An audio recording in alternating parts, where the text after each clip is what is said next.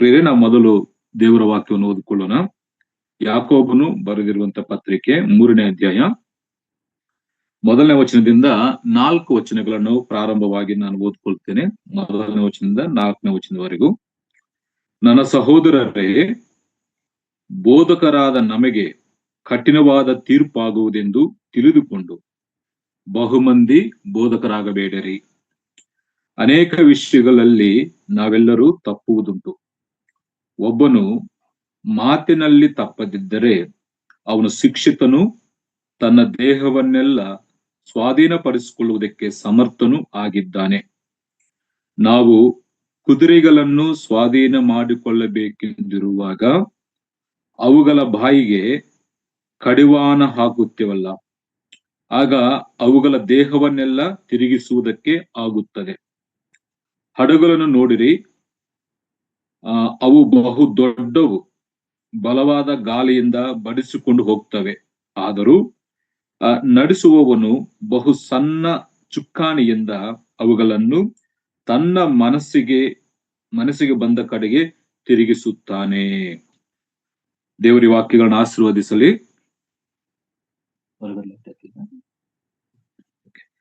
ನಮ್ಮೆಲ್ಲರಿಗಾಗಿ ದೇವರು ತನ್ನ ಆತ್ಮನ ಮೂಲಕ ಆಶೀರ್ವದಿಸಿ ಆತನ ಅನುಗ್ರಹಿಸಿಕೊಳ್ಳಿ. ಪ್ರಿಯರೇ, ಯಾಕೋಬನು ಬರೆದಂತ ಈ ಪತ್ರಿಕೆಯಲ್ಲಿ ವಿಶ್ವಾಸಿಗಳು ಅನುಭವಿಸುವಂತ ಪರೀಕ್ಷೆಗಳ ಕುರಿತಾಗಿ ಯಾಕೋಬನು ತಿಳಿಸಿದ್ದಾನೆ. ಕಳೆದ ವಾರದಲ್ಲಿ ಇದನ್ನು ಪ್ರಾರಂಭಿಸಿ ಇದರ ಒಂದು ಪರಿಚಯ ಮಾತುಗಳಾಗಿ ನಾವು ಕೇಳಿಸಿಕೊಂಡಿದ್ದೇವೆ. 1ನೇ ಅಧ್ಯಾಯದಲ್ಲಿ ನಮ್ಮ ಶ್ರಮೆಗಳು, ನಮ್ಮ ಶೋಧನೆಗಳು ವಾಕ್ಯದಿಂದ ಪರೀಕ್ಷೆಗೆ ನಿಲ್ಲುತ್ತವೆ, ನಂಬಿಕೆಯ ಪರೀಕ್ಷೆಗೆ ನಿಲ್ಲುತ್ತವೆ ಅಂತೇಳಿ ನಾವು ಕೇಳಿಸಿಕೊಂಡಿದ್ದೇವೆ. 2ನೇ ಅಧ್ಯಾಯದಲ್ಲಿ ನಾವು ತೋರಿಸುವಂತ ಪ್ರೀತಿ, ನಮ್ಮ ಕ್ರಿಯೆಗಳು ಕೂಡ ದೇವರ ವಾಕ್ಯದಿಂದ ಪರೀಕ್ಷೆಗೆ ನಿಲ್ಲುತ್ತವೆ ಅಂತೇಳಿ. ಈಗ 3ನೇ ಅಧ್ಯಾಯದಲ್ಲಿ ನಮ್ಮ ಮಾತುಗಳು, ನಾವು ಆಡುವಂತ ಪ್ರತಿಯೊಂದು ಮಾತು ಕೂಡ ಅದು ಪರೀಕ್ಷೆಗೆ ನಿಲ್ಲುತ್ತದೆ, ಪ್ರತಿಫಲವನ್ನು ತರುತ್ತದೆ ಅಂತೇಳಿ ಯಾಕೋಬನು ಈ 3ನೇ ಅಧ್ಯಾಯದಲ್ಲಿ 2 ಪ್ರಾಮುಖ್ಯವಾದಂತ ವಿಷಯಗಳನ್ನು ತಿಳಿಸಿದ್ದಾನೆ. ಮೊದಲು ನಮ್ಮ ಮಾತುಗಳು ಪರೀಕ್ಷೆಗೆ ನಿಲ್ಲುತ್ತವೆ, ಆಮೇಲೆ ನಮ್ಮ ಜ್ಞಾನವು ಕೂಡ ಪರೀಕ್ಷೆಗೆ ನಿಲ್ಲುತ್ತದೆ ಅಂತೇಳಿ ನಾವು ಈ 3ನೇ ಅಧ್ಯಾಯದಲ್ಲಿ ಗಮನಿಸ್ತೇವೆ. ಆದ್ರೆ ನಾನು 3ನೇ ಅಧ್ಯಾಯದಲ್ಲಿ 5 ವಿಧವಾದಂತ ವಿಭಾಗಗಳಾಗಿ ನಾವು ಮಾಡ್ಕೊಂಡಿದ್ದೇವೆ. ಮೊದಲನೇ ಭಾಗ 1ರಿಂದ 12 ವಚನಗಳಲ್ಲಿ ನಮ್ಮ ಮಾತುಗಳು ಪರೀಕ್ಷೆಗೆ ನಿಲ್ಲುತ್ತವೆ ಅಂದ್ರೆ ಯಾವ ರೀತಿಯಾಗಿ ಅಂತೇಳಿ. ಇಲ್ಲಂದ್ರೆ ನಮ್ಮ ಮಾತುಗಳಿಗೆ ನಡೆಸುವಂತ ಶಕ್ತಿ, ನಾಲಿಗೆಗೆ ಇರುವಂತ ಶಕ್ತಿಯ ಬಗ್ಗೆ ಮೊದಲು 12 ವಚನಗಳಲ್ಲಿ ತಿಳಿಸಿದ್ದಾನೆ. ನಾಲಿಗೆಗೆ ಎಷ್ಟು ಶಕ್ತಿ ಇದೆಯೋ ಆ ಶಕ್ತಿಯ ಬಗ್ಗೆ ಮೊದಲು 12 ವಚನಗಳಲ್ಲಿ ತಿಳಿಸಿದ್ದಾನೆ. ಮತ್ತು ಅದರಲ್ಲಿ ಮತ್ತೊಂದು ವಿಷಯ, 1ರಿಂದ 12 ವಚನಗಳಲ್ಲಿ ನಮ್ಮ ನಾಲಿಗೆ ಎಷ್ಟು ಅಪಾಯಕರವೋ, ಅದರಿಂದ ಎಷ್ಟು ಅಪಾಯಗಳುಂಟಾಗ್ತವೋ ಆ ವಿಷಯವನ್ನು ಕೂಡ ತಿಳಿಸಿದ್ದಾನೆ. 3ನೇದಾಗಿ 13ರಿಂದ 18 ವಚನಗಳಲ್ಲಿ ನಮ್ಮ ಪ್ರವರ್ತನೆ ಪರೀಕ್ಷೆಗೆ ನಿಲ್ಲುತ್ತದೆ. ಮತ್ತು ಅದರಲ್ಲಿ 2 ಡಿವಿಷನ್, 13ರಿಂದ 16 ಭೂ ಸಂಬಂಧದ ಜ್ಞಾನ, ಅದರ ಫಲಿತಾಂಶಗಳ ಬಗ್ಗೆ ಯಾಕೋಬನು ತಿಳಿಸಿದ್ದಾನೆ. 17ರಿಂದ 18 ವಚನಗಳಲ್ಲಿ ಪರ ಸಂಬಂಧವಾದಂತ ಜ್ಞಾನ, ಅದರ ಫಲಿತಾಂಶಗಳ ಬಗ್ಗೆ ತಿಳಿಸಿದ್ದಾನೆ. ಇವೆಲ್ಲವನ್ನು ಕೂಡ ನಾವು ಸ್ವಲ್ಪವಾಗಿ ಆಲೋಚನೆ ಮಾಡ್ತಾ ಹೋಗ್ತೇವೆ. ಆದ್ರೆ ಇವತ್ತು 1ರಿಂದ 12 ವಚನಗಳಲ್ಲಿ ಈ ನಾಲಿಗೆಗೆ ಇರುವಂತ ಶಕ್ತಿಯನ್ನು ಯಾಕೋಬನು ತಿಳಿಸಿದ್ದಾನೆ. ಅದರಲ್ಲಿ 3 ವಿಷಯಗಳಂತೇಳಿ ಕಳೆದ ವಾರದಲ್ಲಿ ಹೇಳಿದ್ದೆ. ನಾಲಿಗೆ ಇರುವಂತ ಶಕ್ತಿ ಏನು ಮಾಡ್ತದೆ ಅಂದ್ರೆ ಅದು 3 ಕಾರ್ಯಗಳನ್ನು ಮಾಡ್ತದೆ. ಮೊದಲು 1ರಿಂದ 4 ವಚನಗಳಲ್ಲಿ ಅದು ನಡೆಸುವಂತ ಶಕ್ತಿ ನಾಲಿಗೆಗಿದೆ ಅಂತೇಳಿ ನಾವು ಗಮನಿಸ್ತೇವೆ, ನಡೆಸುವಂತ ಶಕ್ತಿ. 2ನೇದಾಗಿ 5ರಿಂದ 10 ವಚನಗಳಲ್ಲಿ ನಾಶ ಮಾಡುವಂತ ಶಕ್ತಿ ಕೂಡ ನಾಲಿಗೆಗಿದೆ. 1 ನಡೆಸುವಂತ ಶಕ್ತಿ ಇದೆ, 2 ನಾಶ ಮಾಡುವಂತ ಶಕ್ತಿ ಕೂಡ ನಾಲಿಗೆಗಿದೆ ಅಂತೇಳಿ ಯಾಕೋಬನು ತಿಳಿಸ್ತಾನೆ. 3ನೇದಾಗಿ 11, 12 ವಚನಗಳಲ್ಲಿ ನಮ್ಮ ನಾಲಿಗೆಗೆ ಫಲಿಸುವಂತ ಶಕ್ತಿ, ಫಲಭರಿತವಾಗಿ ಮಾಡುವಂತ ಶಕ್ತಿ ಕೂಡ ನಮ್ಮ ನಾಲಿಗೆಗೆ ಇದೆ ಅಂತೇಳಿ ನಾಲಿಗೆಗೆ ಇರುವಂತ ಶಕ್ತಿಯನ್ನು 3 ರೀತಿಯಲ್ಲಿ ಯಾಕೋಬನು ಇಲ್ಲಿ ವಿವರಿಸಿದ್ದಾನೆ. ಆದ್ರೆ ಇವತ್ತು ನಾವು ಸ್ವಲ್ಪವಾಗಿ 3 ವಿಷಯಗಳನ್ನು ಆಲೋಚನೆ ಮಾಡ್ಲಿಕ್ಕೆ ಹೋಗ್ತೇವೆ. ಕಳೆದ ವಾರದಲ್ಲಿ ನಾವು ಅದರ ಪರಿಚಯ ಮಾತುಗಳನ್ನು, ಇಂಟ್ರೊಡಕ್ಷನ್ ಮಾತುಗಳನ್ನು ನಾವು ಕೇಳಿಸಿಕೊಂಡಿದ್ದೇವೆ. ಆದ್ರೆ ಇವತ್ತು ವಿಷಯಕ್ಕೆ ನಾನು ಬರ್ತೇನೆ. ಏನಂತಂದ್ರೆ 1-4 ವಚನಗಳಲ್ಲಿ ನಾಲಿಗೆ ಇರುವಂತ ಶಕ್ತಿ ಏನಂತಂದ್ರೆ ಅದು ನಡೆಸುವಂಥದ್ದು, ಸರಿಯಾದಂತ ಮಾರ್ಗದಲ್ಲಿ ನಡೆಸುವಂಥದ್ದು ಅಂತೇಳಿ ಯಾಕೋಬನು ಇಲ್ಲಿ ತಿಳಿಸಿದ್ದಾನೆ. ನಾನು ಓದ್ತೀನಿ ನೋಡಿ. ನನ್ನ ಸಹೋದರರೇ, ಬೋಧಕರಾದ ನಮಗೆ ಕಠಿಣವಾದ ತೀರ್ಪಾಗುವುದೆಂದು ತಿಳಿದುಕೊಂಡು ಬಹುಮಂದಿ ಬೋಧಕರಾಗಬೇಡರಿ. ಅಂದ್ರೆ ಈ ಬೋಧಿಸುವಂತವರು ಮತ್ತೊಬ್ಬರು ನಡೆಸುವಂತವ್ರು, ದೇವರ ಮಾರ್ಗದಲ್ಲಿ ಸರಿಯಾದಂತ ಮಾರ್ಗದಲ್ಲಿ ಅನೇಕ ಜನರನ್ನು ಸಭೆಗಳನ್ನು ನಡೆಸುವಂತವ್ರು. ಅದಕ್ಕಾಗಿ ಇವರು ಸರಿಯಾಗಿ ಮಾತಾಡದಿದ್ದರೆ, ಇವ್ರ ಮಾತುಗಳಲ್ಲಿ ತಪ್ಪಿ ಹೋಗುವುದಾಗಿದ್ದರೆ ಅನೇಕರನ್ನು ಕೂಡ ತಪ್ಪಿಸುವವರಾಗ್ತಾರೆ ಮತ್ತು ಶಿಕ್ಷೆ ಬಹು ಕಠಿಣವಾಗಿರ್ತದೆ. 2ನೇ ವಚನದಲ್ಲಿ ಮಾತು ಹೇಳ್ತಾನಲ್ಲ, ಅನೇಕ ವಿಷಯಗಳಲ್ಲಿ ನಾವೆಲ್ಲರೂ ತಪ್ಪುವುದುಂಟು.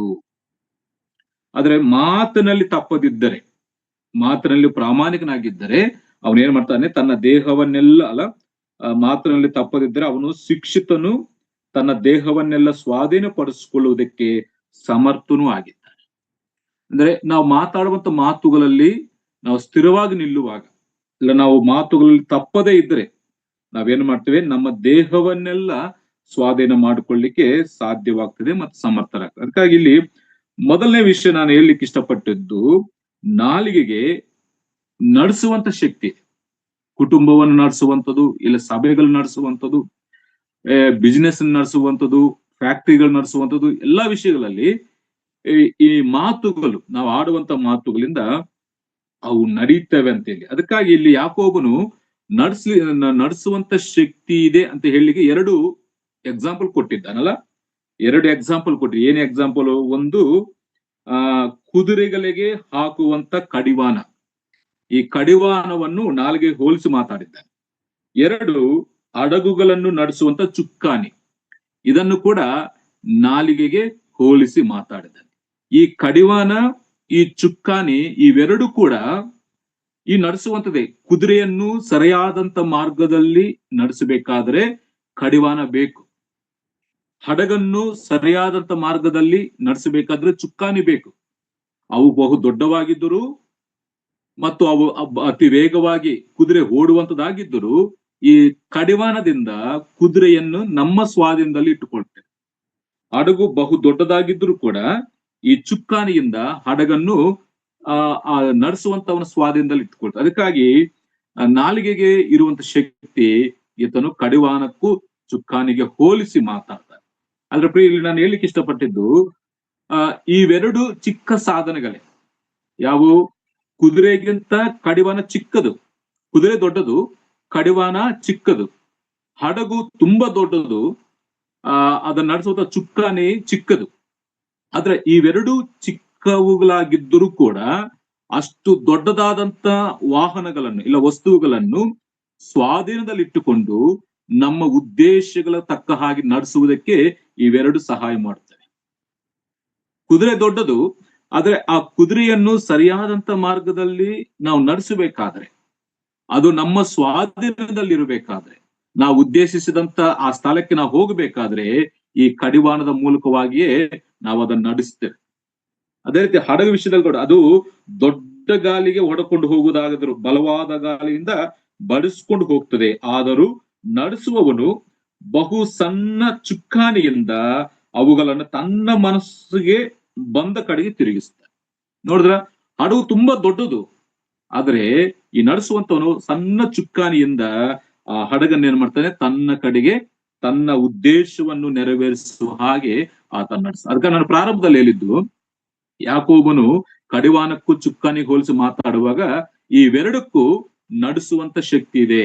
ಇವೆರಡೂ ಕೂಡ ನಡೆಸುವುದಕ್ಕಾಗಿ, ಸರಿಯಾದಂತ ಮಾರ್ಗದಲ್ಲಿ ನಡೆಸುವುದಕ್ಕಾಗಿ ಉಪಯೋಗಿಸ್ತಾರೆ. ಆದ್ರೆ ವಿಷಯ ಅದಲ್ಲ. ಆದ್ರೆ ವಿಷಯ ಏನು? ಈಗ ಬೋಧಕರಾದಂತ ನಮ್ಮನ್ನು ನಡೆಸುವಂಥದ್ದು ಯಾವುದು? ನಮ್ಮ ನಾಲಿಗೆ, ನಾವು ಆಡುವಂತ ಮಾತುಗಳು. ಅದಕ್ಕಾಗಿ ನಾವು ಆಡುವಂತ ಮಾತುಗಳು ಸರಿಯಾಗಿದ್ದರೆ ನಮ್ಮನ್ನು ಹಿಂಬಾಲಿಸುವಂತ ಜನರನ್ನು ಕೂಡ ನಾವು ಸರಿಯಾದಂತ ರೀತಿಯಲ್ಲಿ ನಡೆಸ್ತೇವೆ. ನಮ್ಮ ಮಾತುಗಳು ಸರಿಯಾಗಿದ್ದರೆ ನಮ್ಮ ದೇಹವನ್ನು ಸ್ವಾಧೀನದಲ್ಲಿ ಇಟ್ಕೊಳ್ತೇವೆ, ನಾವು ಕೂಡ ಶಿಕ್ಷಿತರಾಗ್ತೇವೆ. ಒಂದು ವೇಳೆ ನಮ್ಮ ಮಾತುಗಳು ಸ್ವಾಧೀನದಲ್ಲಿ ಇಲ್ಲದಿದ್ದರೆ ಏನಾಗ್ತದೆ? ಬೋಧಕರಾದಂತ ನಮಗೆ ಕಠಿಣವಾದಂತ ಶಿಕ್ಷೆ ಇದೆ. ನಮ್ಮಿಂದ ಅನೇಕರು ಕೆಟ್ಟು ಹೋಗ್ತಾರೆ, ನಮ್ಮಿಂದ ಅನೇಕರು ತಪ್ಪಾದಂತ ಮಾರ್ಗಕ್ಕೆ ಹೋಗ್ತಾರೆ, ನಮ್ಮಿಂದ ಅನೇಕರು ನಾಶನ ಮಾರ್ಗಕ್ಕೆ ಹೋಗ್ತಾರೆ. ಅದಕ್ಕಾಗಿ ಈ ನಡೆಸುವಂತವ್ರು, ಈ ಬೋಧಿಸುವಂತವ್ರು, 10 ಜನರನ್ನು ಉದ್ದೇಶಿಸಿ ಬೋಧಿಸುವಂತವರು, ಅವರು ಮೊದಲು ಅವರ ನಾಲಿಗೆಯನ್ನಿಲ್ಲ ಅವರ ಮಾತುಗಳನ್ನು ಸ್ವಾಧೀನದಲ್ಲಿ ಇಟ್ಕೊಳ್ಳುವಾಗ ಅನೇಕರನ್ನು ಕೂಡ ಸರಿಯಾದಂತ ಮಾರ್ಗದಲ್ಲಿ ನಡೆಸಲಿಕ್ಕೆ ಸಾಧ್ಯ. ಇಲ್ಲಿ ಯಾಕೋಬನು ಕೊಟ್ಟಂತ ಈ 2 ಉದಾಹರಣೆಗಳು, ಒಂದು ಕಡಿವಾಣ, ಒಂದು ಚುಕ್ಕಾಣಿ, ಅವೇನ್ ಮಾಡ್ತವೆ, ಬಹು ಚಿಕ್ಕ ವಸ್ತುಗಳಾಗಿದ್ರು ಕೂಡ ಆ ದೊಡ್ಡದಾದಂತ ಕುದುರೆಯನ್ನು, ದೊಡ್ಡದಾದಂತ ಹಡಗನ್ನು ನಡೆಸಲಿಕ್ಕೆ ಅವು ಸಹಾಯವಾಗ್ತವೆ. ಅದಕ್ಕಾಗಿ ಪ್ರಿಯರೇ, ಈ 1-2 ವಚನಗಳಲ್ಲಿ ಇಲ್ಲಿ ಬೋಧಕರ ಬಗ್ಗೆ ಆತನ ಮಾತಾಡ್ನೆ, ಸಭೆಯ ಕ್ಷೇಮಾಭಿವೃದ್ಧಿಯನ್ನು ಆಶಿಸುವಂತ ಬೋಧಕನು, ಸಭೆಯಲ್ಲಿ ವಿಶ್ವಾಸಿಗಳು ಅಭಿವೃದ್ಧಿ ಆಗಬೇಕು, ದೇವರ ಮಾರ್ಗದಲ್ಲಿ ನಡಿಬೇಕು ಅಂತ ಆಶಿಸುವಂತವನು ಅವನೇನ್ ಮಾಡಬೇಕು, ಮೊದಲು ತನ್ನ ನಾಲಿಗೆಯನ್ನು ಇಲ್ಲ ತನ್ನ ಮಾತುಗಳನ್ನು ಜಾಗ್ರತೆಯಿಂದ ಇಟ್ಟುಕೊಳ್ಳಬೇಕು. ನಡೆಸುವಂತ ನಾಯಕರು ಇಲ್ಲ ಬೋಧಕರು ಮಾತುಗಳಲ್ಲಿ ಜಾಗ್ರತೆ ಇಲ್ಲದಿದ್ದರೆ ಏನಾಗ್ತದೆ, ಅನೇಕ ಜನ ತಪ್ಪಿ ಹೋಗ್ತಾರೆ, ಸಭೆ ತಪ್ಪಿ ಹೋಗ್ತಾರೆ. ಅದೇ ಒಂದು ಚಿಕ್ಕ ಎಕ್ಸಾಂಪಲ್ ಹೇಳ್ತೇನೆ. ನಾನು ಚಿಕ್ಕ ವಯಸ್ಸಿನಲ್ಲಿದ್ದಾಗ ಒಬ್ಬ ಸೇವಕರು ಒಂದು ಚಿಕ್ಕ ಉದಾಹರಣೆ, ಒಬ್ಬ ಒಳ್ಳೆ ಬೋಧಕನು, ಒಳ್ಳೆ ಪ್ರಸಂಗಿ, ಒಳ್ಳೆ ಬೋಧನೆ ಮಾಡುವಂತವನು ಏನ್ ಮಾಡ್ತಾನೆ ಅಂದ್ರೆ, ಒಂದು ಮೀಟಿಂಗ್ ಅರೇಂಜ್ಮೆಂಟ್ ಮಾಡ್ತಾನೆ. ಮೀಟಿಂಗ್ ಅರೇಂಜ್ ಮಾಡಿ ಅನೇಕ ಜನರನ್ನು ಸೇರಿಸ್ತಾನೆ, ಅನೇಕ ಜನ ಪ್ರೀತಿಯನ್ನು ಸೇರಿಸ್ತಾನೆ. ಸಾಯಂಕಾಲ ಅನೇಕ ಜನರು ಸೇರಿ ಬರ್ತಾರೆ. ಆದ್ರೆ ಸಾಯಂಕಾಲ ಸಮಯದಲ್ಲಿ ಆತನ ಸ್ಟೇಜ್ ಮೇಲೆ ಹೋದಾಗ ಅವನ್ ಏನ್ ಮಾಡ್ತಾನೆ, ಆತನ ಬೋಧಿಸುವಾಗ ಬಾಯಿಗೆ ಯಾವ ಕಡಿವಾಣವನ್ನಿಲ್ಲದೆ, ಮಾತುಗಳಿಗೆ ಯಾವ ಮೇರೆ ಇಲ್ಲದೆ ಬಾಯಿಗೆ ಬಂದ ಹಾಗೆ ಮಾತಾಡ್ತಾನೆ. ಇಷ್ಟ ಬಂದ ಹಾಗೆ ಮಾತಾಡುವಾಗ ಏನಾಗ್ತದೆ, ಬಂದವರೆಲ್ಲ ಯಾವ ಪ್ರಯೋಜನವನ್ನು ಹೊಂದಿಕೊಳ್ಳದೆ ಅವರು ದುಃಖದಿಂದ ಹೊರಟು ಹೋಗ್ತಾ ಇದ್ದಾರೆ.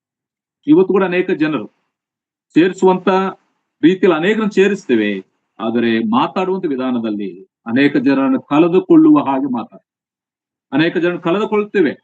ನಮ್ಮ ಮಾತುಗಳು ಸರಿ ಇಲ್ಲದಿದ್ರೆ 1 ದಿನ, 2 ದಿನ, 3 ದಿನ ನೋಡ್ತಾರೆ, 4ನೇ ದಿನ ನಮ್ಮನ್ನು ಹಿಂಬಾಲಿಸುವುದಿಲ್ಲ, ಇಲ್ಲ ನಮ್ಮ ಮಾತಿಗೆ ಗೌರವ ಕೊಡುವುದಿಲ್ಲ, ಅವರನ್ನು ಕಳೆದುಕೊಳ್ಳಲಿಕ್ಕೆ ಆಗ್ತದೆ. ಅದಕ್ಕಾಗಿ ಸಭೆ ಕ್ಷೇಮಾಭಿವೃದ್ಧಿಯನ್ನು ಆಶಿಸುವಂತವನು ಇಲ್ಲ ಬೋಧಿಸುವಂತವನು ಮೊದಲೇನಾಗಬೇಕು, ತನ್ನ ಮಾತುಗಳನ್ನು ಸ್ವಾಧೀನದಲ್ಲಿ ಇಟ್ಕೊಳ್ಳುವುದು. ತನ್ನ ಮಾತನ್ನು ಸ್ವಾಧೀನದಲ್ಲಿ ಇಟ್ಟುಕೊಳ್ಳುವಾಗ ಅವನ ದೇಹವೆಲ್ಲವೂ ಕೂಡ ಸ್ವಾಧೀನದಲ್ಲಿರ್ತದೆ, ಅವನು ಶಿಕ್ಷಿತನಾಗ್ತಾನಂತೇಳಿ ವಾಕ್ಯದಲ್ಲಿ ಗಮನಿಸ್ತದೆ. ಅದಕ್ಕಾಗಿ ಈ ನಾಲಿಗೆಗೆ ಅದು ನಡೆಸುವಂತ ಶಕ್ತಿ. ಅದಕ್ಕಾಗಿ ನಾವು ಬಹು ಜಾಗ್ರತೆಯಿಂದ ಜನರ ವಿಷಯದಲ್ಲಿ, ಮಾತಾಡುವಂತ ಮಾತುಗಳ ವಿಷಯದಲ್ಲಿ ನಾವು ಎಚ್ಚರಿಕೆ ಉಳ್ಳವರಾಗಿರ್ಬೇಕು. ಅದಕ್ಕಾಗಿ ಬೋಧಕರಾದ ನಮಗೆ ಕಠಿಣವಾದ ತೀರ್ಪಾಗುವುದು. ಯಾಕಂದ್ರೆ ಅನೇಕ ಜನರನ್ನು ದಾರಿ ತಪ್ಪಿಸುವಂತ ಸ್ಥಿತಿಗೆ ಬರ್ತೇವೆ ನಾವು ಸರಿ ಇಲ್ಲದಿದ್ದರೆ. ಅದಕ್ಕಾಗಿ ಕಠಿಣವಾದಂತ ತೀರ್ಪು ನಮಗಿರ್ತದೆ. ಅದಕ್ಕಾಗಿ ಎಚ್ಚರಿಕೆಯಿಂದ ನಾವು ಮಾತಾಡುವಂತ ಪ್ರತಿಯೊಂದು ಮಾತು, ಸಿಟ್ಟಿನಲ್ಲಿ ಮಾತಾಡುವಾಗ, ಕೋಪದಲ್ಲಿ ಮಾತಾಡುವಾಗ ಅನೇಕ ಜನರು ನೋಯಿಸ್ಕೊಳ್ತಾರೆ, ಬಿಟ್ಟು ಹೋಗುವಂತ ಪರಿಸ್ಥಿತಿ ಬರುತ್ತದೆ. ಅದಕ್ಕಾಗಿ ನಮ್ಮ ನಾಲಿಗೆಯನ್ನು ನಾವು ಮಾತಿನಲ್ಲಿ ತಪ್ಪದಿದ್ದರೆ ಅವನು ಶಿಕ್ಷಿತ. ಅದಕ್ಕಾಗಿ ನಮ್ಮ ಮಾತುಗಳನ್ನು ನಾವು ಜಾಗ್ರತೆಯಿಂದ ಕಾಪಾಡಿಕೊಳ್ಳಬೇಕು. ನಮ್ಮ ನಾಲಿಗೆಗೆ ನಡೆಸುವಂತ ಶಕ್ತಿ ಇದೆ. ಅಷ್ಟು ಮಾತ್ರವಲ್ಲ, ದೇವರ ಮುಂದೆಯೂ ಮನುಷ್ಯರ ಮುಂದೆಯೂ ಬಹು ಬಾಧ್ಯತೆ ಉಳ್ಳವರಾಗಿ ನಾವು ಮಾತಾಡಬೇಕು. ನಾವು ಯಾರೊಂದಿಗೆ ಮಾತಾಡ್ತಾ ಇದ್ದೇವೆ, ದೇವರ ಮಾತುಗಳನ್ನು ಮನುಷ್ಯರಿಗೆ ಮಾತಾಡ್ತಾ ಇದ್ದೇವೆ. ಅದಕ್ಕಾಗಿ ದೇವರ ಮುಂದೆಯೂ ಮನುಷ್ಯರ ಮುಂದೆಯೂ ಬಹು ಬಾಧ್ಯತೆ ಉಳ್ಳವರಾಗಿ ನಾವು ಮಾತಾಡಬೇಕು. ಇಲ್ಲಂದ್ರೆ ಕಠಿಣವಾದ ಶಿಕ್ಷೆ. ಅಷ್ಟು ಮಾತ್ರವಲ್ಲ, ಬೋಧಿಸುವಂತ ಮೊದಲು ವಿಧೇಯನಾಗಬೇಕು. ಅಂದ್ರೆ ನಾನು ಏನು ಬೋಧಿಸ್ತಾ ಇದ್ದೇನೋ ಆ ಬೋಧನೆಗೆ ನಾನು ವಿಧೇಯನಾಗಬೇಕು, ಅದನ್ನು ನಾನು ಅನುಸರಿಸಬೇಕು, ಅದು ನನ್ನ ಜೀವನದಲ್ಲಿ ಇರಬೇಕು. ನನ್ನ ಜೀವನದಲ್ಲಿ ಇಲ್ಲದೆ ಬರೀ ಮಾತುಗಳನ್ನೇ ನಾನು ಆಡ್ತಾ ಇದ್ದರೆ ಅದಕ್ಕೆ ಬೆಲೆ ಇರುವುದಿಲ್ಲ. ಬೋಧಿಸುವಂತವನು ಮೊದಲು ಆ ಬೋಧನೆಗೆ ಅವನು ವಿಧೇಯನಾಗಿರಬೇಕು, ಆಗ ಶಿಕ್ಷೆ ತಪ್ಪಿಸ್ಕೊಳ್ತಾನೆ. ಅಷ್ಟು ಮಾತ್ರವಲ್ಲದೆ ಅನೇಕರ ಆತ್ಮಿಕವಾದಂತ ಅಭಿವೃದ್ಧಿಗೆ ಇವನೇ ಅಡ್ಡಿ ಆಗ್ತಾನೆ. ಯಾರು ಮಾತುಗಳನ್ನು ಅಧೀನದಲ್ಲಿ ಇಟ್ಟುಕೊಳ್ಳದಿರುವಂತ, ತನ್ನನ್ನು ತಾನು ಸ್ವಾಧೀನದಲ್ಲಿ ಇಟ್ಟುಕೊಳ್ಳದಿರುವಂತವನು ಏನ್ ಮಾಡ್ತಾನಂದ್ರೆ, ಅನೇಕ ಜನರ ಅಭಿವೃದ್ಧಿಗೆ ಇವನೇ ಅಡ್ಡಿಯಾಗಿ, ಆಟಂಕಕರವಾಗಿ ಇವ್ ನಿಲ್ತಾನೆ. ಅನೇಕ ಜನರನ್ನು ಒಳ್ಳೆ ಮಾರ್ಗದಲ್ಲಿ ನಡೆಸ್ಲಿಕ್ಕೆ ಆಗುವುದಿಲ್ಲ. ಅದಕ್ಕಾಗಿ ಪ್ರಿಯರೇ, ಇಲ್ಲಿ ಯಾಕೋಬು ತಿಳಿಸುವಂತ ಮಾತುಗಳು, ಬೋಧಕರಾದಂತ ನಮಗೆ ಕಠಿಣವಾದ ತೀರ್ಪಾಗುವುದನ್ನು ತಿಳಿದುಕೊಂಡು ಬಹು ಎಚ್ಚರಿಕೆ ಉಳ್ಳವರಾಗಿ ನಾವು ಮಾತಾಡಬೇಕು, ಬೋಧಿಸಬೇಕು, ನಡೆಸಬೇಕು. ಬೋಧಿಸುವುದರ ಅರ್ಥ ಏನು? ನಡೆಸುವಂಥದ್ದು. ಜನರನ್ನು ದೇವರ ಮಾರ್ಗದಲ್ಲಿ ನಡೆಸುವಂಥದ್ದು, ದೇವರ ಕಾರ್ಯಗಳಲ್ಲಿ ನಡೆಸುವಂಥದ್ದು, ಸಭೆಗೆ ನಡೆಸುವಂಥದ್ದು, ಸುವಾರ್ತೆಗೆ ನಡೆಸುವಂಥದ್ದು, ಪರಲೋಕ ರಾಜ್ಯಕ್ಕೆ ನಡೆಸುವಂಥದ್ದು. ನಮ್ಮ ಮಾತುಗಳು ಸರಿಯಾಗಿ ಇರಬೇಕು. ಅದಕ್ಕಾಗಿ ಮೊದಲು ನಮ್ಮ ನಾಲಿಗೆಯನ್ನು ನಾವು ಕಾಪಾಡಿಕೊಳ್ಳುವಾಗ, ನಮ್ಮ ಮಾತುಗಳನ್ನು ನಾವು ಕಾಪಾಡಿಕೊಳ್ಳುವಾಗ ಅನೇಕರನ್ನು ಒಳ್ಳೆ ಮಾರ್ಗದಲ್ಲಿ ನಡೆಸಲಿಕ್ಕೆ ಸಾಧ್ಯ. ಅದಕ್ಕಾಗಿ ಇಲ್ಲಿ ಮೊದಲು 4 ವಚನಗಳಲ್ಲಿ ಆತನು ಹೇಳುವಂತ ಮಾತು, ನಾಲಿಗೆಗೆ ನಡೆಸುವಂತ ಶಕ್ತಿ ಇದೆ. ಆತನು ಕೊಟ್ಟಂತ 2 ಎಕ್ಸಾಂಪಲ್, ಕುದುರೆಗಳನ್ನು ಕಡಿವಾಣದಿಂದ ನಾವೇನ್ ಮಾಡ್ತೇವೆ, ಸ್ವಾಧೀನದಲ್ಲಿ ಇಟ್ಕೊಳ್ತೇವೆ. ಇವತ್ತು ನಮ್ಮನ್ನ ನಾವು ಸ್ವಾಧೀನ ಮಾಡಿಕೊಳ್ಳಬೇಕಾದ್ರೆ ನಮಗೆ ಕಡಿವಾಣ ಯಾವುದು? ನಮ್ಮ ನಾಲಿಗೆಗೆ ನಾವು ಕಡಿವಾಣ ಹಾಕಿಕೊಳ್ಳಬೇಕು. ಮತ್ತಿನ್ನೊಂದು ಉದಾಹರಣೆ, ಅದು ಹಡಗನ್ನು ನಡೆಸುವಂತ ಚುಕ್ಕಾಣಿ. ಇದನ್ನು ಕೂಡ ಆತನು ಉದಾಹರಣೆಯಾಗಿ ತಿಳಿಸ್ತಾನೆ. ಆದ್ರೆ ಇವೆರಡು ಕೂಡ ಏನ್ ಮಾಡ್ತಾವಂದ್ರೆ, ಅಪಾಯವು ಬರುವಾಗ ಅಪಾಯಗಳನ್ನು ತಪ್ಪಿಸಿ ಅಲ್ವಾ, ಅಪಾಯಗಳನ್ನು ತಪ್ಪಿಸಿ ನಮ್ಮ ಉದ್ದೇಶಕ್ಕೆ ತಕ್ಕ ಹಾಗೆ ಅವುಗಳನ್ನು ತೆಗೆದುಕೊಂಡು ಹೋಗ್ಲಿಕ್ಕೆ ಸಹಾಯ ಮಾಡ್ತಾರೆ. ಈಗ ಕುದುರೆ ಆಗಲಿ ಹಡಗಾಗಲಿ ಒಂದು ತಪ್ಪು ದಾರಲ್ಲಿ ಹೋಗ್ಬೇಕಾದ್ರೆ ನಾವು ಸರಿದಾರಿಯಲ್ಲಿ ಅದನ್ನ ನಡೆಸಿ ಅಪಾಯದಿಂದ ತಪ್ಪಿಸಿ ನಾವು ಸೇರಬೇಕಾದಂತ ಆ ಗಮ್ಯ ಸ್ಥಾನಕ್ಕೆ, ನಾವು ಯಾವ ಗುರಿಯನ್ನು ಮುಟ್ಟಬೇಕು, ಯಾವ ಸ್ಥಾನವನ್ನು ಸೇರಬೇಕು, ಆ ಸ್ಥಾನಕ್ಕೆ ಇವುಗಳ ಸಹಾಯದಿಂದ ಅವುಗಳನ್ನು ತೆಗೆದುಕೊಂಡು ಹೋಗ್ಲಿಕ್ಕೆ ಸಾಧ್ಯ. ಅದು ಹಡಗು ದೊಡ್ಡ ಗಾಳಿಯಿಂದ ಬಡಕೊಂಡು ಹೋದ್ರು. 4ನೇ ವಚನದಲ್ಲಿ ಹಡಗಲು ನೋಡಿರಿ, ಅವು ಬಹು ದೊಡ್ಡವು, ಬಲವಾದ ಗಾಳಿಯಿಂದ ಬಡಿಸಿಕೊಂಡು ಹೋಗ್ತವೆ. ಹಡಗು ದೊಡ್ಡದು, ಅದ್ರ ಬಲವಾದಂತ ಗಾಳಿಯಿಂದ ಆ ಕಡೆ ಈ ಕಡೆ ಬಡ್ಕೊಂಡು ಹೋಗ್ತಾ ಇರ್ತದೆ. ಆದರೆ ಅಲ್ಲಿದ್ದಂತ ಚಿಕ್ಕ ಚುಕ್ಕಾಣಿ, ಬಹು ಸಣ್ಣ ಚುಕ್ಕಾಣಿಯಿಂದ ಆ ಪ್ರಮಾದವನ್ನು ತಪ್ಪಿಸಿಕೊಂಡು ಆ ಗಾಳಿಗೆ ಬಡ್ಕೊಂಡು ಹೋಗದ ಹಾಗೆ ನಾವೇನ್ ಮಾಡ್ತೇವೆ, ಸರಿಯಾದಂತ ದಾರಿಯಲ್ಲಿ ನಾವು ಸೇರಬೇಕಾದಂತ ಅಲ್ಲಿದೆಯಲ್ಲ, ನಮ್ಮ ಮನಸ್ಸಿಗೆ ಅಲ್ಲ, ನಮ್ಮ ಮನಸ್ಸಿಗೆ ತಕ್ಕಂತೆ ಅಲ್ಲ, ತನ್ನ ಮನಸ್ಸಿಗೆ ಬಂದ ಕಡೆಗೆ ತಿರುಗಿಸ್ತಾನೆ.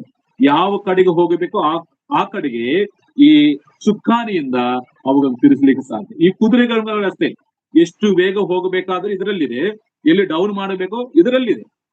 ಅದಕ್ಕಾಗಿ ನಮ್ಮ ನಾಲಿಗೆ ಕೂಡ ಪ್ರಮಾದಗಳನ್ನು ತಪ್ಪಿಸಿಕೊಂಡು ನಾವು ಸೇರಬೇಕಾದಂತ ಆ ಗಮ್ಯ ಸ್ಥಾನ ಸೇರಬೇಕಾದ್ರೆ ಇವುಗಳನ್ನು ನಾವು ಬಹು ಜಾಗ್ರತೆಯಿಂದ ಕಾಪಾಡಿಕೊಳ್ಳುವವರು ಆಗಿದೆ. ಅದಕ್ಕಾಗಿ ಇಲ್ಲಿ ಮೊದಲ 4 ವಚನ ನಾನು ಸರಳವಾಗಿ ಹೇಳ್ತೇನೆ.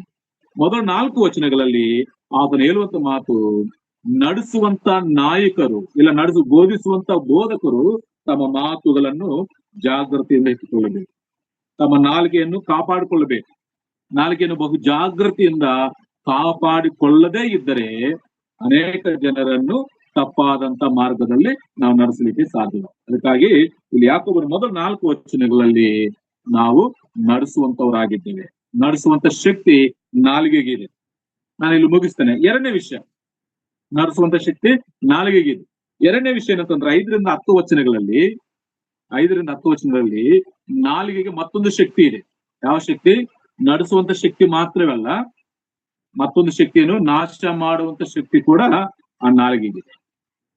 ಹಡಗನ್ನು ನಡೆಸುವಂತ ಶಕ್ತಿ ಮಾತ್ರವಲ್ಲ, ಕುದುರೆಗಳು ನಡೆಸುವಂತ ಶಕ್ತಿವಲ್ಲ, ಆದ್ರೆ ನಾಶ ಮಾಡುವಂತ ಶಕ್ತಿ ಕೂಡ ನಾಲಿಗೆಗೆ ಇದೆಯಂತೇಳಿ 5ನೇ ವಚನದಿಂದ 10ನೇ ವಚನದವರೆಗೂ ಯಾಕೋಬನು ತಿಳಿಸ್ತಾನೆ. ನೋಡಿ, ಅಲ್ಲಿ ಉಪಯೋಗಿಸಿರುವಂತ ಪದಗಳನ್ನು ನಾವು ನೋಡುವಾಗ ನಾಲಿಗೆಯನ್ನು ಹಾಗೆಯೇ 5ನೇ ವಚನ, ಹಾಗೆಯೇ ನಾಲಿಗೆಯು ಕೂಡ ಚಿಕ್ಕ ಅಂಗವಾಗಿದ್ದರೂ ದೊಡ್ಡ ಕಾರ್ಯಗಳನ್ನು ಕೊಚ್ಚಿಕೊಳ್ಳುತ್ತದೆ.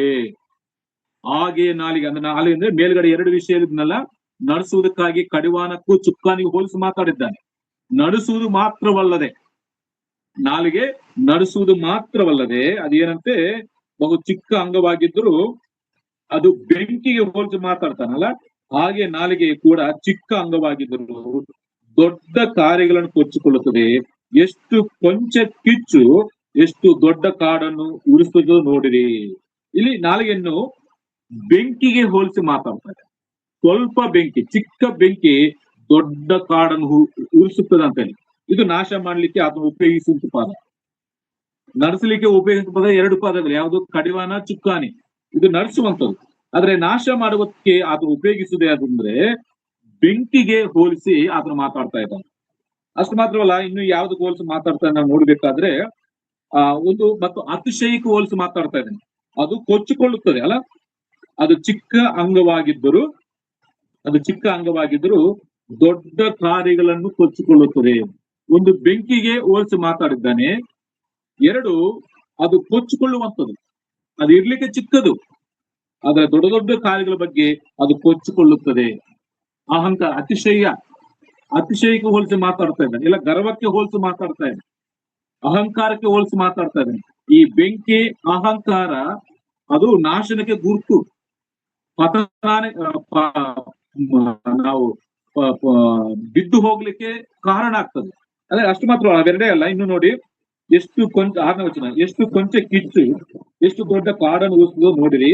ಹಾಗೆ ನಾಲಿಗೆಯು ಕಿಚ್ಚೆ, ನಾಲಿಗೆಯು ಅಧರ್ಮ ಲೋಕರೂಪವಾಗಿ ನಮ್ಮ ಅಂಗಗಳ ನಡುವೆ ಇರ್ತದೆ, ಅದು ದೇಹವನ್ನೆಲ್ಲ ಕೆಡಿಸುತ್ತದೆ. ಇಲ್ಲಿ ನಾಶ ಮಾಡ್ಲಿಕ್ಕೆ ಯಾಕೋಬನು ಉಪಯೋಗಿಸುವ ಪದಗಳು ನೋಡಿ, ಅಧರ್ಮ ಲೋಕರೂಪವಾಗಿ ನಮ್ಮ ಅಂಗಗಳ ನಡುವೆ ಇರಲ್ಪಟ್ಟಿದೆ. ಅದೇನು ಮಾಡ್ತದೆ?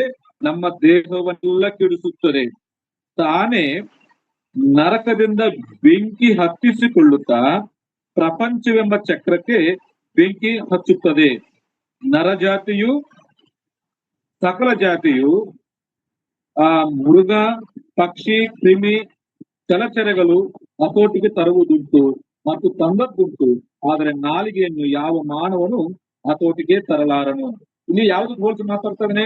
ಮೃಗಕ್ಕೆ ಹೋಲಿಸಿ ಮಾತಾಡ್ತಾ ಇದ್ದಾನೆ. ನಾಲಿಗೆಯನ್ನು ಮೃಗಕ್ಕೆ ಹೋಲಿಸಿ ಮಾತಾಡ್ತಾ ಇದ್ದಾನೆ. ಮತ್ತು ಅಷ್ಟು ಮಾತ್ರವಲ್ಲ, 8ನೇ ವಚನದಲ್ಲಿ ಆದ್ರೆ ನಾಲಿಗೆ ಯಾವ ಮಾನವನ ಹತೋಟಿಗೆ ತರಲಾರನು, ಅದು ಹತೋಟಿಗೆ ತರಲಿಕ್ಕೆ ಆಗದೇ ಇರುವಂತಹ ಒಂದು ವಸ್ತುವಾಗಿದೆ. ಮತ್ತು 9ನೇ ವಚನ, ನಾಲಿಗೆಯಿಂದ ತಂದೆಯಾದ ದೇವರನ್ನು ಕೊಂಡಾಡುತ್ತೇವೆ, ಅದರಿಂದಲೇ ದೇವರ ಹೋಲಿಕೆಗೆ ಸರಿಯಾಗಿ ಉಂಟು ಮಾಡಲ್ಪಟ್ಟ ಮನುಷ್ಯರನ್ನು ಶಪಿಸುತ್ತೇವೆ. ಇವೆಲ್ಲವೂ ಕೂಡ ಮನುಷ್ಯನನ್ನು ನಾಶ ಮಾಡುವಂತ ವಿಷಯಗಳೇ. ಆ ಬೆಂಕಿ ಆಗಿರ್ಬೋದು, ಅಹಂಕಾರ ಆಗಿರ್ಬೋದು, ಮತ್ತು ಪ್ರಪಂಚ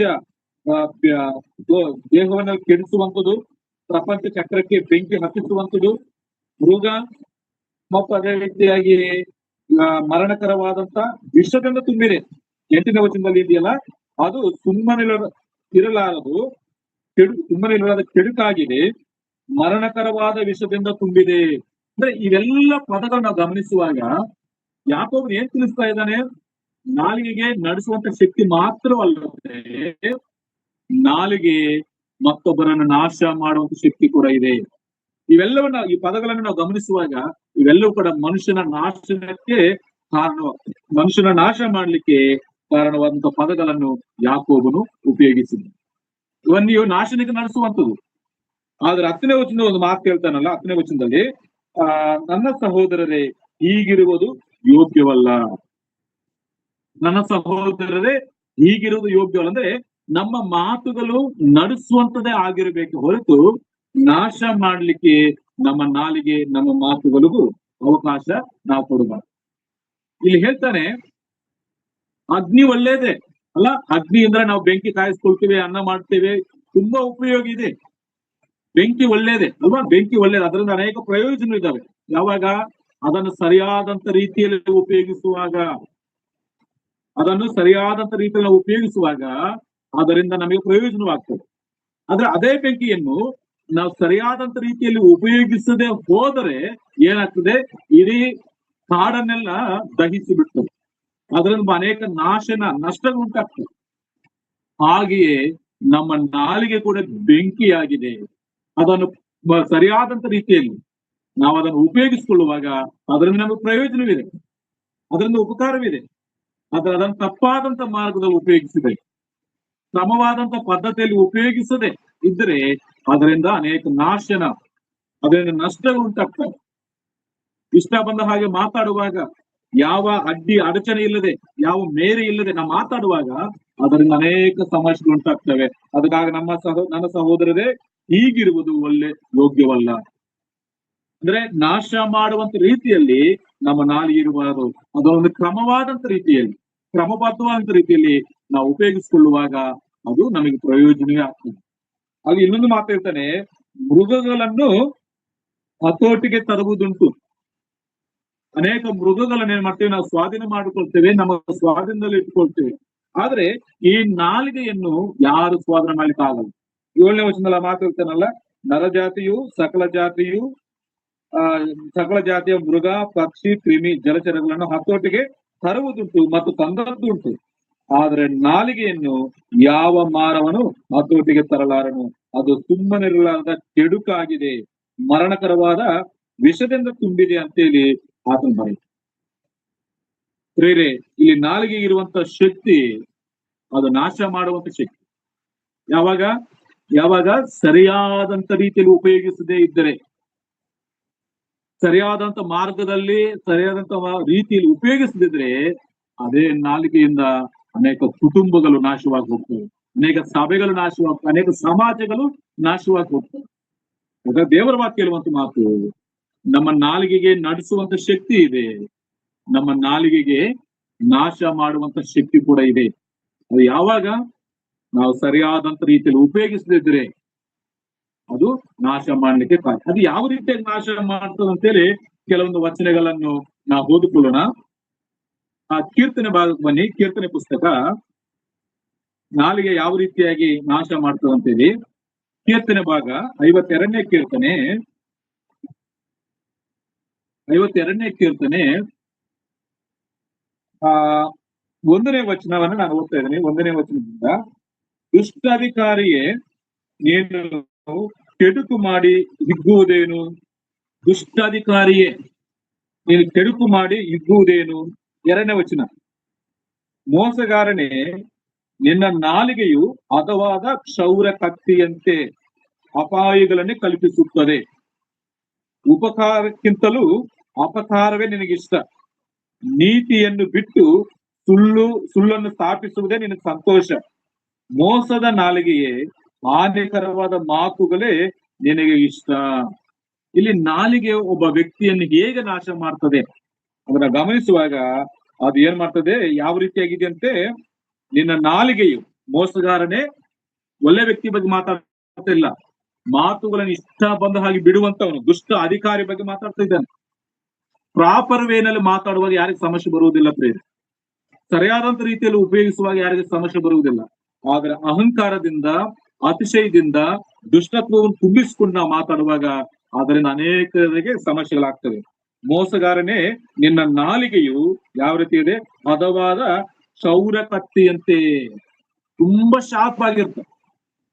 ಹೆಂಗ್ ಕಟ್ಟಾಗುತ್ತದೆ, ಯಾವ ರೀತಿ ಕಟ್ಟಾಗ ಗೊತ್ತಾಗೋದಿಲ್ಲ, ಆ ರೀತಿಯಾಗಿ ಕ್ಷೌರ ಕತ್ತಿ ಅಂತ ಇರ್ತದೆ. ಅಪಾಯಗಳನ್ನು ಕಲ್ಪಿಸುತ್ತದೆ. ಉಪಕಾರಕ್ಕಿಂತಲೂ ಅಪಕಾರವೇ ನಿನಗಿಷ್ಟ. ನೀತಿಯನ್ನು ಬಿಟ್ಟು ಸುಳ್ಳನ್ನು ಸ್ಥಾಪಿಸುವುದೇ ನಿನಗೆ ಸಂತೋಷ. ಮೋಸದ ನಾಲಿಗೆಯೇ ಹಾನಿಕರವಾದ ಮಾತುಗಳೇ ನಿನಗಿಷ್ಟ. ಹಾನಿಕರವಾದ ಮಾತು, ಇಲ್ಲಿ ನಾಲಿಗೆ ಮನುಷ್ಯರನ್ನು ಯಾವ ರೀತಿಯಾಗಿ ಮೋಸ ಮಾಡ್ತದೋ, ನಾಶ ಮಾಡ್ತದೋ ದೇವರ ವಾಕ್ಯ ಭಾಗದಲ್ಲಿ ನಾವು ಗಮನಿಸ್ತೇವೆ. ಮತ್ತು 55ನೇ ಕೀರ್ತನೆ ನೋಡಿ, 55ನೇ ಕೀರ್ತನೆ 21ನೇ ವಚನ, 55ನೇ ಕೀರ್ತನೆ 21ನೇ ವಚನದಲ್ಲಿ, ಅವನ ಬಾಯಿ ಬೆಣ್ಣೆಯಂತೆ ನುಣುಪುವು, ಹೃದಯವೋ ಕಲಹಮಯವೇ. ಅವನ ನುಡಿಗಳು ಎಣ್ಣೆಗಿಂತ ನಯವಾಗಿದ್ದರೂ ಬಿಚ್ಚು ಕತ್ತಿಗಳೇ ಸರಿ.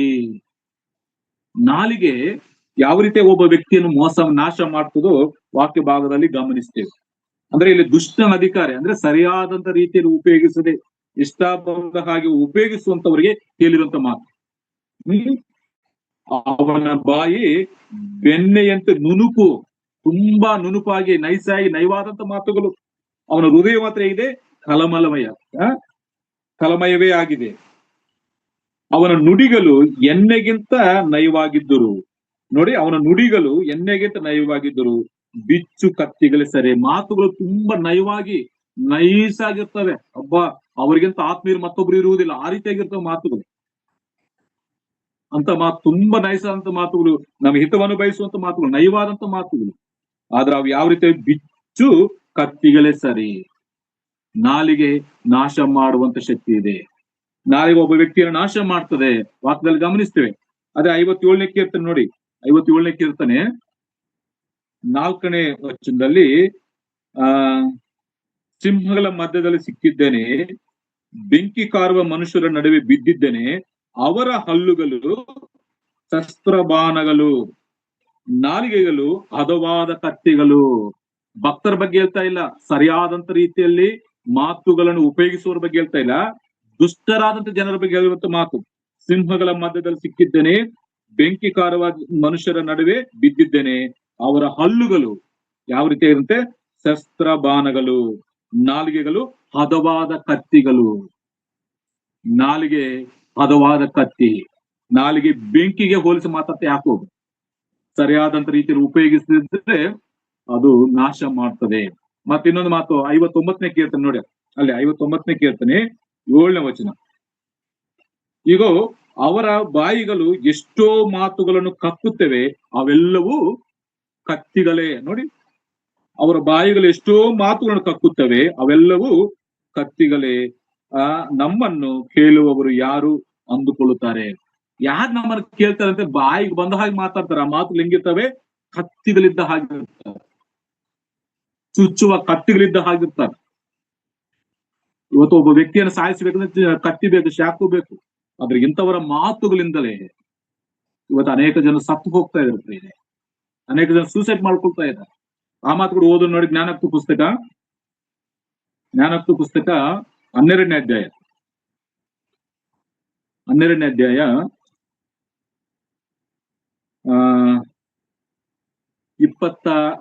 ವಚನ. 12ನೇ ಅಧ್ಯಾಯ 18ನೇ ವಚನದಲ್ಲಿ, ಕತ್ತಿ ತಿವಿದ ಹಾಗೆ ದುಡುಕಿ ಮಾತಾಡುವುದುಂಟು, ಮತಿವಂತರ ಮಾತೆ ಮದ್ದು, ಸತ್ಯದ ತುಟಿ ಶಾಶ್ವತ, ಸುಳ್ಳಿನ ನಾಲಿಗೆ ಕ್ಷಣಿಕ. ನೋಡಿ, ಕತ್ತಿ ತಿವಿದ ಹಾಗೆ ದುಡುಕಿ, ಅವ್ರು ಮಾತಾಡುವಾಗ ಕತ್ತಿ ತಿವಿದ ಹಾಗೆ ಇರ್ತದೆ. ಅವ್ರ ಮಾತುಗಳು ಕತ್ತಿಗಳ ಹಾಗಿದ್ದಾವೆ. ಅದಕ್ಕಾಗಿ ನಾಲಿಗೆಗೆ ನಾಶ ಮಾಡುವಂತ ಶಕ್ತಿ ಇದೆ. ಆದ್ರೆ ದೇವರ ಭಕ್ತರಾಗಿರುತ್ತೆ ನಮ್ಗೆ ಇಲ್ಲಿ ವಾಕ್ಯದಲ್ಲಿ ಕಾಣುತ್ತೆ, ಸತ್ಯವಂತರ ತುಟಿ ಶಾಶ್ವತ. ದೇವರ ಮಕ್ಕಳ ಮಾತುಗಳು ಮತ್ತೊಬ್ಬರನ್ನು ಒಳ್ಳೆ ಮಾರ್ಗಕ್ಕೆ ನಡೆಸ್ತಾರೆ.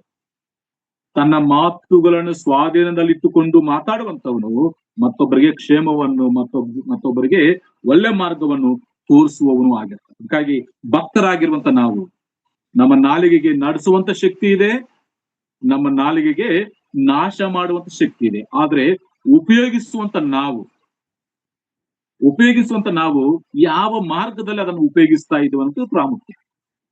ಮತ್ತೊಬ್ಬರನ್ನು ಕಟ್ಟುವುದಕ್ಕಾಗಿ, ಮತ್ತೊಬ್ಬರನ್ನು ನಡೆಸುವುದಕ್ಕಾಗಿ ನಾವು ಉಪಯೋಗಿಸುವಾಗ ಎಷ್ಟೋ ಪ್ರಯೋಜನವಿದೆ. ಆದರೆ ನಾಶನಕ್ಕಾಗಿ ನಮ್ಮ ಮಾತುಗಳಿಂದ ಕತ್ತಿ ತಿವಿದ ಹಾಗೆ ನಾವು ಮಾತಾಡುವಾಗ ಅನೇಕ ಜನರು ಆಧ್ಯಾತ್ಮಿಕ ಜೀವನದಲ್ಲಿ ಸತ್ತು ಹೋಗ್ತಾ ಇದ್ದಾರೆ, ಅನೇಕ ಜನರು ನಾಶವಾಗಿ ಹೋಗ್ತಾ ಇದ್ದಾರೆ ಪ್ರಿಯರೇ. ಅದಕ್ಕಾಗಿ ದೇವರ ಮಕ್ಕಳಾಗಿರುತ್ತೆ ನಾವು, ನಮ್ಮ ನಾಲಿಗೆಗೆ ಇರುವಂತ ಶಕ್ತಿಯನ್ನು ನಾವು ಗ್ರಹಿಸಿಕೊಂಡು ನಾವು ಅನೇಕರನ್ನು ನಡೆಸುವಂತವರಾಗಿ ನಾವಿರಬೇಕು. ಮತ್ತು ಅಲ್ಲೇ ಕೀರ್ತನ ಭಾಗದಲ್ಲಿ ಭಕ್ತರಿಗಾತ್ರ ಇರುವಂತ ಮಾತನಾಡಿ, ಭಕ್ತನು ಏನು ಪ್ರಾರ್ಥನೆ ಮಾಡ್ತಾ ಇದ್ದಾನೆ? ಇದು ಮಾನವ ಶಕ್ತಿಯಿಂದ ಹತೋಟಿಗೆ ತರಲಿಕ್ಕೆ ಸಾಧ್ಯವಿಲ್ಲ, ಯಾರು ತಂದಿಲ್ಲ. ಆದ್ರೆ ವಾಕ್ಯ ನೋಡಿ, 141ನೇ ಕೀರ್ತನೆ 3ನೇ ವಚನದಲ್ಲಿ ಇಲ್ಲಿ ಭಕ್ತನ ಪ್ರಾರ್ಥನೆ ನೋಡಿ. 3ನೇ ವಚನ, ಯೆಹೋವನೇ ನನ್ನ ಬಾಯಿಗೆ ಕಾವಲಿರಿಸು. ಇದು ನಮ್ಮ ಶಕ್ತಿಯಿಂದ ಹತೋಟಿಗೆ ತರಲಿಕ್ಕೆ ಸಾಧ್ಯವಿಲ್ಲ. ಅದಕ್ಕಾಗಿ ನಾವೇನು ಮಾಡಬೇಕು? ನಮ್ಮನ್ನು ನಾವು ದೇವರಿಗೆ ಸಮರ್ಪಿಸಿಕೊಳ್ಳಬೇಕು. ಅಲ್ಲಿ ಹೇಳ್ತಾನೆ, ಯೆಹೋವನೇ ನನ್ನ ಬಾಯಿಗೆ ಕಾವಲಿರಿಸು, ನನ್ನ ತುಟಿಗಳೆಂಬ ಕದವನ್ನು ಕಾಯಿ. ದೇವರೇ, ನಿನಗೆ ಒಪ್ಪಿಸ್ತಾ ಇದ್ದೇನೆ, ನೀನು ನನ್ನನ್ನು ಕಾವಲಿರಿಸು. ಮತ್ತು ನನ್ನ ಹೃದಯವು ದುರಾಚಾರವನ್ನು ಮೆಚ್ಚದಂತೆಯೂ, ನಾನು ದುಷ್ಟರೊಡನೆ ಕೂಡಿ ಕೆಟ್ಟ ಕೆಲಸಗಳು ನಡೆಸದಂತೆಯೂ ನನ್ನನ್ನು ಕಾಪಾಡು. ಅವರ ಮೃಷ್ಟಾನವು ನನಗೆ ಬೇಡವೇ ಬೇಡ. ಇಲ್ಲಿ ಭಕ್ತನು ಪ್ರಾರ್ಥನೆ, ಯೆಹೋವನೇ ನನ್ನ ಬಾಯಿಗೆ ಕಾವಲಿರಿಸು, ನನ್ನ ತುಟಿಗಳಿಗೆ ಕದವನ್ನು ಹಾಕಾಯಿ. ಈ ರೀತಿಯ ಭಕ್ತರಾಗಿರುತ್ತ ನಾವು, ದೇವರ ಮಕ್ಕಳಾಗಿರುತ್ತ ನಾವು ಏನ್ ಮಾಡ್ಬೇಕು? ನಾವು ದೇವರಿಗೆ ಒಪ್ಪಿಸಬೇಕು. ದೇವರ ಮಾತುಗಳಿಂದ ನಮ್ಮನ್ನು ನಾವು ಸ್ವಾಧೀನಪಡಿಸ್ಕೊಳ್ಬೇಕು. ಆಗ ದೇವರು ಏನ್ ಮಾಡ್ತಾನೆ? ಅದನ್ನು ಕಾಪಾಡಿಕೊಳ್ಳುವಂತ ಶಕ್ತಿ, ಅದನ್ನು ಸರಿಯಾದಂತ ಪ್ರಾಪರ್ ವೇನಲ್ಲಿ ನಡೆಸುವಂತ ಶಕ್ತಿಯನ್ನು ನಮಗೆ ಕೊಡ್ತಾನೆ.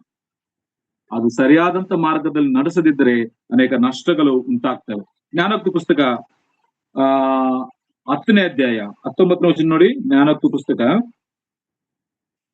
10ನೇ ಅಧ್ಯಾಯ 19ನೇ ವಚನ, ಮಾತಾಲಿಗೆ ಪಾಪ ತಪ್ಪದು, ಮೌನಿಯು ಮತಿವಂತ, ಶಿಷ್ಟರ ನಾಲಿಗೆ ಚೊಕ್ಕ ಬೆಳ್ಳಿ, ದುಷ್ಟನ ಹೃದಯ ಉಳ್ಕಟ್ಟಿ. ನೋಡಿ, ಶಿಷ್ಟರ ಬಾಯಿ ಚೊಕ್ಕ ಬೆಳ್ಳಿ, ಮಾತಾಲಿಗೆ ಪಾಪ ತಪ್ಪದು, ಮೌನಿಯು ಮತಿವಂತ. ಅದಕ್ಕಾಗಿ ನಾವು ಶಿಷ್ಟರಾಗಿ, ನೀತಿವಂತರಾಗಿ ನಾವು ಒಳ್ಳೆ ಮಾತುಗಳನ್ನು ಮೊದಲು ನಾವು ಕ್ರಮದಲ್ಲಿ, ನಾವು ಸ್ವಾಧೀನದಲ್ಲಿ ಇರಬೇಕು.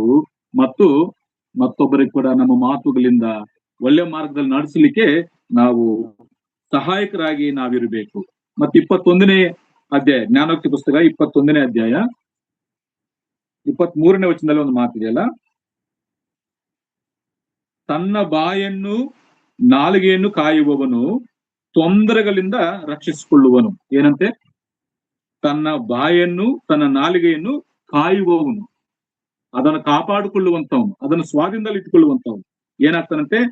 ತೊಂದರೆಗಳಿಂದ ರಕ್ಷಿಸಿಕೊಳ್ಳುತ್ತಾನೆ, ಅಪಾಯಗಳಿಂದ ರಕ್ಷಿಸಿಕೊಳ್ಳುತ್ತಾನೆ, ತಪ್ಪಿಸಿಕೊಳ್ಳುತ್ತಾನೆ. ನಾವಲ್ಲಿ ಓದಿದ್ದೀವಿ, ನಾವು ಮತಿವಂತರಾಗಿ ಬುದ್ಧಿವಂತರಾಗಿ ಮೌನದಿಂದ ಇಷ್ಟ ಬಂದ ಹಾಗೆ ಮಾತಾಡದೆ, ಇಷ್ಟ ಬಂದಾಗ ನಮ್ಮ ಮಾತುಗಳನ್ನು ಬಿಡದೆ ನಾವು ನಮ್ಮ ಬಾಯನ್ನು ಕಾಪಾಡಿಕೊಳ್ಳುವಾಗ ಏನಾಗ್ತದೆ? ತನ್ನ ಬಾಯನ್ನು ನಾಲಿಗೆಯನ್ನು ಕಾಯುವವನು ತೊಂದರೆಗಳಿಂದ ರಕ್ಷಿಸಿಕೊಳ್ಳುತ್ತಾನೆ. ಕಳೆದ ಒಂದು ರೆಫರೆನ್ಸ್ ಹೇಳಿ ನಾನು ಓದಿ ಮುಗಿಸ್ತೇನೆ. ಮತ್ತೇನು ಬರೆಸುವಾರ್ತೆ ಕರ್ತನಾಗಿರುವಂತ ಯೇಸು ಕ್ರಿಸ್ತನ ಮಾತು 12ನೇ ಅಧ್ಯಾಯ 36ನೇ ವಚನ, 12ನೇ ಅಧ್ಯಾಯ 36ನೇ ವಚನದಲ್ಲಿ ಯೇಸು ಸ್ವಾಮಿ ಮಾತು, ಇದಲ್ಲದೆ ನಾನು ನಿಮಗೆ ಹೇಳುವುದೇನೆಂದ್ರೆ, ಮನುಷ್ಯರು ಸುಮ್ಮನೆ ಆಡುವ ಪ್ರತಿಯೊಂದು ಮಾತಿನ ವಿಷಯವಾಗಿ ನ್ಯಾಯ ವಿಚಾರಣಾ ದಿನದಲ್ಲಿ ಉತ್ತರ ಕೊಡಬೇಕು. ನಾವು ಆಡುವಂತ ಸುಮ್ಮನೆ ಆಡುವಂತ ಮಾತುಗಳು, ನ್ಯಾಯ ವಿಚಾರಣೆ ಉತ್ತರ ಕೊಡಬೇಕು. ನಿನ್ನ ಮಾತುಗಳಿಂದಲೇ ನೀತಿವಂತನೆಂದು ತೀರ್ಪು ಹೊಂದಿವೆ, ನಿನ್ನ ಮಾತುಗಳಿಂದಲೇ ಅಪರಾಧಿ ಎಂದು ತೀರ್ಪು ಹೊಂದಿವೆ. ಮುಂದಿನ ದಿನಗಳಲ್ಲಿ ಆ ಪ್ರತಿಫಲ ಕೊಡುವಂತ ಸಮಯದಲ್ಲಿ ನಾವು ಆಡುವಂತ ಪ್ರತಿಯೊಂದು ಮಾತಿಗೆ ದೇವರ ಹತ್ರ ಪ್ರತಿಫಲವಿದೆ, ನ್ಯಾಯ ವಿಚಾರಣೆ ಇದೆ. ನಮ್ಮ ಮಾತುಗಳು ಪರೀಕ್ಷಿಸಲ್ಪಡ್ತವೆ. ನಮ್ಮ ಮಾತುಗಳಿಂದಲೇ ನಾವು ನೀತಿವಂತರಾಗಿ ಎನಿಸಲ್ಪಡ್ತೇವೆ, ಇಲ್ಲ ನಮ್ಮ ಮಾತುಗಳಿಂದಲೇ ಅಪರಾಧಿಗಳಂತ ಎನಿಸಲ್ಪಡ್ತೇವೆ. ಅದಕ್ಕಾಗಿ ಇಲ್ಲಿ ನಾನು ಮುಗಿಸ್ತಾ ಇದ್ದೇನೆ. ನಾಲಿಗೆಗೆ ನಡೆಸುವಂತ ಶಕ್ತಿ ಇದೆ, ನಾಲಿಗೆಗೆ ನಾಶ ಮಾಡುವಂತ ಶಕ್ತಿ ಆಗಿದೆ. ಯಾವಾಗ ನಾಶ ಮಾಡ್ತದೆ? ಸರಿಯಾದಂತ ರೀತಿಯಲ್ಲಿ ಉಪಯೋಗಿಸದಿದ್ದರೆ, ಪ್ರಾಪರ್ ವೇನಲ್ಲಿ ಅದನ್ನು ಉಪಯೋಗಿಸಿಕೊಳ್ಳಬೇಕು. ಅದನ್ನು ತಪ್ಪಾದಂತ ಮಾರ್ಗದಲ್ಲಿ ನಾವು ಉಪಯೋಗಿಸಿಕೊಳ್ಳುವಾಗ ಅದು ನಾಶ ಮಾಡ್ಲಿಕ್ಕೆ ಅದು ಕಾರಣವಾಗ್ತದೆ. ಮೂರನೇದಾಗಿ ಅದು ಫಲಿಸುವಂಥದ್ದು, ಫಲಭರಿತವಾದಂತ ಶಕ್ತಿ ಅದರಲ್ಲಿದೆ. ಅದು 11-12 ವಚನಗಳಲ್ಲಿ ಅದು ಊಟೆ ಬಗ್ಗೆ ಮತ್ತು ಅದನ್ನು ಮರಕ್ಕೆ ಹೋಲಿಸಿ ಮಾತು. ಊಟೆ ಅಲ್ಲಿ ಯಾವಾಗಲೂ ನೀರು ಉಕ್ತಾ ಬರ್ತದೆ, ಅದು ಫಲಿಸುವಂತ ಶಕ್ತಿ.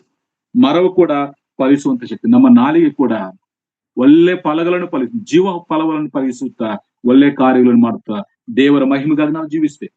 ಇದೇ ನಾಲ್ಕಿನ ದೇವರನ್ನು ಸ್ತುತಿಸುವಂಥದ್ದು, ಇದೇ ನಾಲ್ಕಿನ ಸಹೋದರರನ್ನು ದ್ವೇಷಿಸುವಂಥದ್ದು ದೇವರು ಇಷ್ಟಪಡುವುದಿಲ್ಲ. ಒಂದೇ ನಾವು ಸರಿಯಾದಂತ ರೀತಿಯಲ್ಲಿ ನಮ್ಮ ನಾಲಿಗೆನ ಉಪಯೋಗಿಸ್ಕೊಳ್ತೀವಿ. ನಾನು ಇಲ್ಲಿ ಮುಗಿಸಿದ್ರೆ 3 ವಿಷಯಗಳು. ನಾಲಿಗಿರುವಂತ ಶಕ್ತಿ, ಒಂದು ನಡೆಸುವಂಥದ್ದು, ಒಂದು ನಾಶ ಮಾಡುವಂಥದ್ದು, ಮೂರನೇದಾಗಿ ನಾಲಿಗೆಗೆ ಫಲಿಸುವಂತ ಶಕ್ತಿ ಕೂಡ ನಾಲಿಗೆ. ಅದಕ್ಕಾಗಿ ನಮ್ಮ ನಾಲಿಗೆಗಳನ್ನು, ನಮ್ಮ ಮಾತುಗಳನ್ನು ಯಾವ ರೀತಿಯಾಗಿ ನಾವು ಉಪಯೋಗಿಸ್ಕೊಳ್ತಾ ಇದ್ದೇವೋ ನಾವು ಅರ್ಥ ಮಾಡಿಕೊಂಡು ಆ ಶಿಕ್ಷೆದಿಂದ ತಪ್ಪಿಸಿಕೊಂಡು ದೇವರ ಹತ್ರ ಒಳ್ಳೆ ಪ್ರತಿಫಲವನ್ನು ಪಡ್ಕೊಳ್ಳುವ ಹಾಗೆ ನಾವು ಜೀವಿಸೋಣ. ಆ ರೀತಿಯಾಗಿ ನಮ್ಮನ್ನು ನಾವು ಕಾಪಾಡಿಕೊಳ್ಳೋಣ. ಆ ರೀತಿಯಾಗಿ ಇರಲಿಕ್ಕೆ ದೇವರ ಆತ್ಮನು ನಮಗೆ ಸಹಾಯ ಮಾಡಲಿ. ದೇವರು ಕೊಟ್ಟಂತ ಮಾತುಗಳನ್ನು ಮುಗಿಸುತ್ತಾ ನಿಮ್ಮೆಲ್ಲರಿಗೂ ನನ್ನ ಧನ್ಯವಾದ ತಿಳಿಸ್ತಾರೆ. ಎಲ್ಲ ಧನ್ಯವಾದ.